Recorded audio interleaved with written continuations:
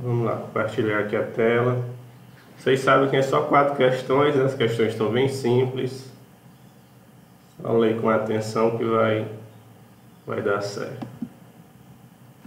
Pronto, vamos lá começar, pessoal. Combinei com vocês, eu coloquei só a primeira lei da termodinâmica, né? Então vai ter uma questão lá que vocês vão precisar reconhecer os tipos de transformações gasosas. Então vamos lá, só relembrando, né, o que é uma isotérmica, o que é uma isobárica, o que é uma isocórica. Essa tem outros nomes também, né? Isocórica, isométrica, e eu tenho a adiabática. Vamos lá, o que é uma transformação isotérmica, pessoal? Como é que eu reconheço uma transformação isotérmica? O Wesley já colocou todas aí. O Wesley já está pronto para fazer a prova. Isso, eu não segui a regra não, certo? Eu coloquei só uma. Não sei nem se eu coloquei aberta. Não segui essa regrinha aí não. Acho que a maioria é objetiva. Então vamos lá, isotérmica. Só se você se ligar aqui nos termos, né? Iso quer dizer igual, né? O prefixo iso quer dizer igual. E térmico, você já sabe que a temperatura vai ser igual, ela não muda, né? Como o Wesley falou aí, sem mudança de temperatura. Certo? T constante. Uma transformação isobárica, bar é uma unidade de pressão, então mesma pressão. Então aqui o P não muda numa isobárica. Isovolumétrica, o isocórico, o isomérico, o que não muda é o volume, né? O meu V vai ser constante. E a adiabática, o A como prefixo é negação, né? Não. E diabática se refere a calor. Então aqui não tem troca de calor, certo? Não tem troca de calor. Aí a gente viu que o nosso sistema ele troca energias, né? Ele pode variar a energia de um determinado estado inicial. E essa variação de energia ela tem que obedecer à primeira lei da termodinâmica. E a primeira lei da termodinâmica diz que a variação de energia interna do sistema ela tem que ser igual ao calor trocado com o meio menos o trabalho realizado, né? Então essa é a primeira lei da termodinâmica. A variação de energia interna está ligado a quê, pessoal? Ela depende de que grandezas aqui das nossas variáveis termodinâmicas, né, do sistema. Ela tem uma dependência com alguma dessas grandezas. Qual é? A energia interna ela é dada pela energia do movimento das partículas, né? Rotação, translação, vibração. E o que está ligado ao movimento das partículas? Isso. Temperatura. Energia interna ela tem uma dependência com a temperatura. Então, se a temperatura não muda, não tem variação de energia interna, certo? O trabalho está ligado a quê? O trabalho também tem uma dependência. Ele depende de que variável para existir. Se a variável não mudar, ele não existe trabalho. O Wesley acha que é pressão, e aí, concorda? Como é a fórmula do trabalho, pessoal? O trabalho é a pressão vezes a variação de volume. Ou seja, a pressão pode ser constante. Eu não preciso que a pressão varie para existir trabalho. Mas o volume tem que mudar para existir trabalho. Senão, se o volume não variar, não existe trabalho. Então o trabalho ele tem uma dependência da variação de volume.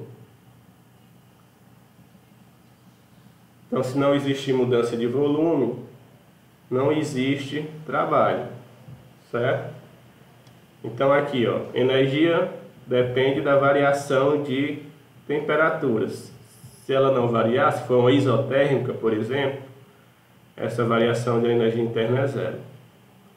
O trabalho ele depende da mudança de volume. Se for uma isocórica, que o volume não muda, o trabalho aqui é zero. E por último a gente tem aqui a nossa quantidade de calor, né? A energia em forma de calor. A energia ela só vai existir, essa energia em forma de calor só vai existir se existir troca de calor com o sistema. Então o calor essa energia vai depender da troca de calor com o sistema. Se não tiver calor, se não tiver troca de calor, este meio termo vai ser zero, certo? Então, a primeira dica, né, é conhecer as transformações. E a segunda é essa relação de dependência. Cada uma dessas energias tem uma relação de dependência.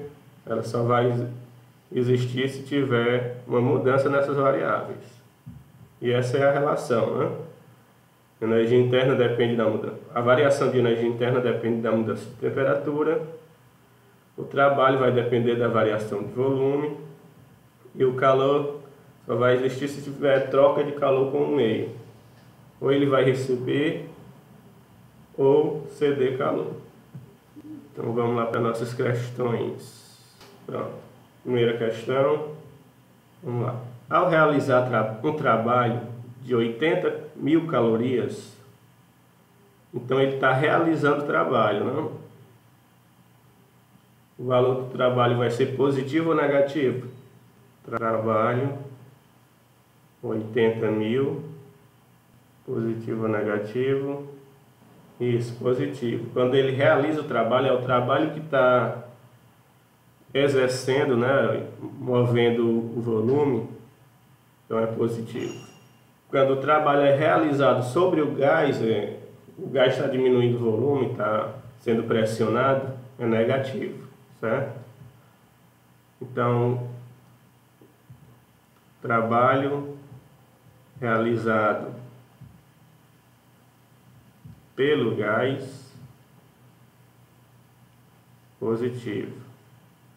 Trabalho realizado sobre o gás, é negativo.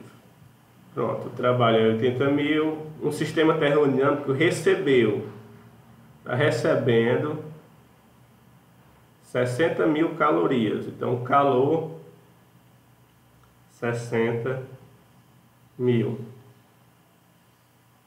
O calor recebido é positivo ou negativo, pessoal? Calor recebido, exato, positivo. Ele está ganhando calor, né? Cedido está perdendo calor, então é negativo. Pronto, pode-se afirmar que neste processo a energia interna do sistema, pronto, então ele quer saber a energia interna. É só aplicar a primeira lei, né, pessoal? Energia interna é o calor menos o trabalho. Energia interna, variação da energia interna é igual ao calor menos o trabalho. Substituindo variação da energia interna, o calor que ele deu 60.000 menos trabalho que foi de 80.000. Então repete o sinal do maior e subtrai, dá menos 20.000. O que significa o sinal de menos? Diminuiu, né? Diminuiu 20.000 calorias. Como a variação de energia interna tem uma relação direta com a temperatura, se ela diminuiu é porque a temperatura diminuiu. Então houve aí uma queda de temperatura. Então, nossa resposta, o item B, né? Diminuiu 20.000 calorias. Alguma dúvida nessa questão? Posso passar para a próxima, então? Pronto, vamos lá para a próxima questão. Um gás monoatômico ideal é colocado dentro de um recipiente fechado com um êmbolo móvel que mantém a pressão constante. Então, a primeira informação é que a pressão não muda, né, pessoal? Pressão constante. É uma isobárica. Inicialmente, o gás ocupava um volume de 100 cm3 e, ao ser aquecido, expandiu. O volume vai aumentar. Então, aqui eu já posso dizer que o trabalho é positivo, né? O volume aumenta, o trabalho aumenta. E passou a ocupar um volume de 300 cm3. Então, a variação de volume, final menos inicial, ele saiu de 100 e foi para 300. Então, teve um aumento de 200 cm3. Considerando que a pressão se manteve 10 elevado a 6 Pascal, o valor dessa pressão, que foi invariável, né? 10 elevado a 6 Pascal. Qual foi o trabalho em joules realizado pelo gás? Então, ele quer saber o trabalho em joules. Então, o trabalho está em joules. Isso, PA é Pascal. Para o trabalho ser dado em joules, eu preciso que todas as unidades estejam no sistema internacional. Vamos ver se está, né? Pressão, Pascal, tá ok. Volume é dado em cm3 mesmo no sistema internacional. Unidade de volume qual é? Alguém arrisca. A unidade padrão de volume é cm3 mesmo. Isso, metros cúbicos.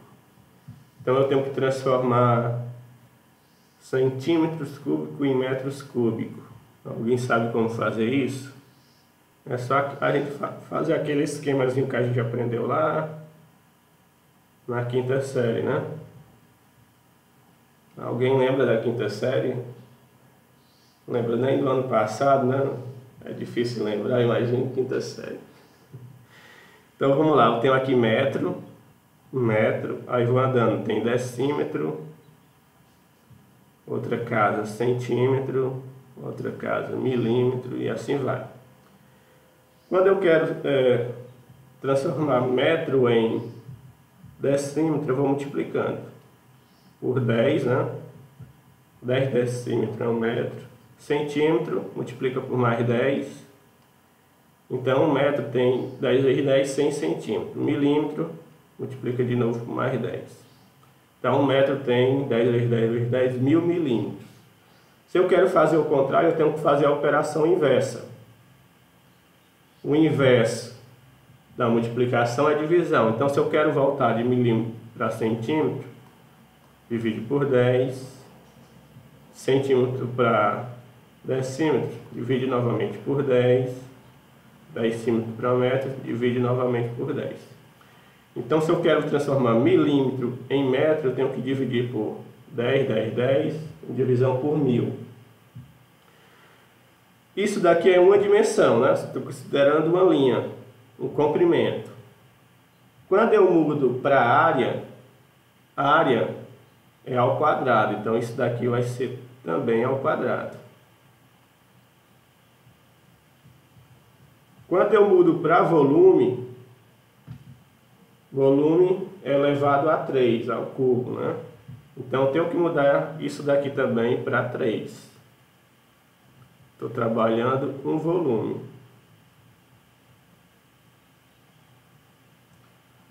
Certo? Então, aqui vai ser 10 elevado a 3, a 3, a 3. Não, operação inversa também. Então vamos lá, eu quero transformar centímetro cúbico em metros cúbicos. Eu quero sair daqui e chegar aqui. Então eu estou dividindo por 10 elevado a 3 duas vezes.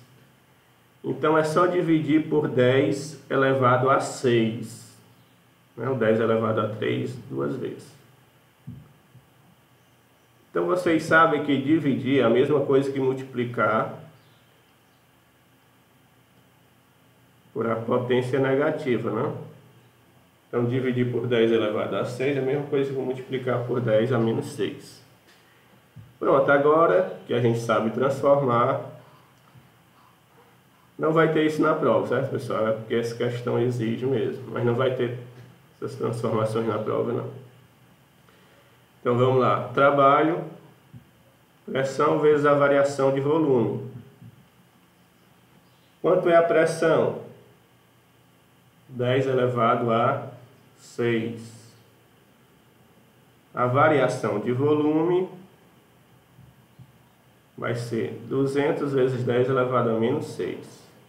Então olha aí, ó, posso simplificar 10 a 6 com 10 a menos 6. Sobrou só o 200. Este meu trabalho vai ser 200 joules. O mais difícil dessa questão era transformar de centímetro cúbico para metro cúbico, né? Então, item B. Não entendeu? É o Wesley, de onde é que saiu 10 elevado a menos 6? Vamos lá de novo, ver se dá tempo aqui. Dá, né? Eu tenho metro, decímetro, centímetro. Eu quero transformar centímetro em metro. Você já sabe o que tem que fazer, né? Como um metro tem 100 centímetros, é só dividir o metro por 100. Então, se eu quiser transformar centímetro em metro, eu vou dividir por 100. E dividir por 100 é a mesma coisa que multiplicar por 10 elevado a menos 2. Né? Que eu estou dividindo aqui por 100, 10 ao quadrado. Um número dividido por 10 ao quadrado é a mesma coisa que multiplicar por 10 a menos 2. Aquela regra, né? Quando eu levo para cima, ele vai com sinal trocado. Certo? Então vamos lá. Eu quero sair de centímetro cúbico para metros cúbicos. Então isso daqui, ele não está elevado mais a 1, né? Eu tenho que elevar a 3. Então se eu pegar 100 elevado a 3, 100 é 10 ao quadrado, né? E elevar a 3, eu vou ter o quê? 10 elevado a 6. Então aqui é divisão, aqui em cima é multiplicação. Pronto. Então eu quero transformar aquele número que eu não sei qual é, um determinado número, está em centímetro cúbico, em metro cúbico. Eu tenho que dividir por 10 elevado a 6. Se 10 elevado a 6 vem... Eu estou considerando 3 dimensões, é um volume. Então, dividir por 10 elevado a 6, leva isso para cima, ele vai com o sinal trocado. A mesma coisa que multiplicar por 10 elevado a menos 6. Certo? Conteúdo lá da quinta série, não é brincadeira não, pessoal. Transformações de unidades. Certo? Então, se aqui fosse uma área, era só elevar isso daqui ao quadrado. E se for um comprimento, é o que a gente tem aqui, né? Só dividir por 100. Então é isso, pessoal. Já vai dar 9 horas, né? Então amanhã a gente continua a nossa revisão. Tem mais 3 questões aqui, similares às que vão cair, né? Amanhã a gente continua. Alguma dúvida até aqui?